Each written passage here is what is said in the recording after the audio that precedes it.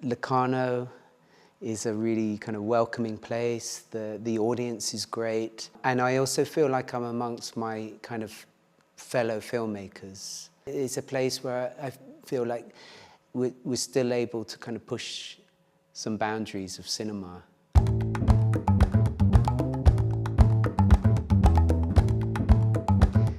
The film came about partly because of the pandemic and just thinking about kids being locked inside their homes, being forced to stay in for like days on end and not being free. And I started writing a film where it was the opposite, where they were completely free of any kind of adult governance, just, you know, free and wild, but at the same time, like not going into conflict with each other. You know, which is a sort of, so it's kind of hopeful, even if it's a sort of coming out of a dark situation. Environmentally, things are looking really bad, and we have Palestine where like thousands of children are dying. You know, so it's really a bad time. There was a film I made in 2008 called Our Liberty.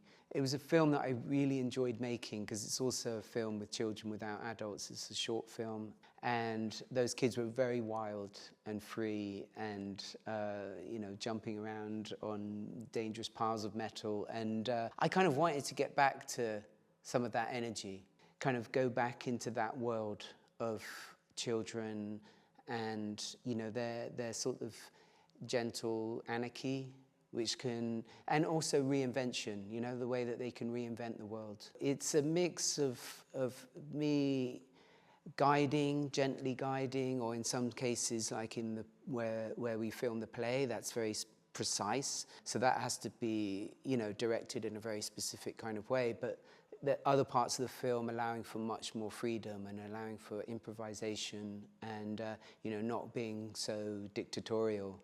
But in the end, of course, yeah, I'm the one making the film. So yeah, it probably would be chaos if I wasn't, you know, directing, at least some of the time. I think, you know, the film might seem challenging at the beginning. There's a long dialogue scene, which is a kind of play within the film.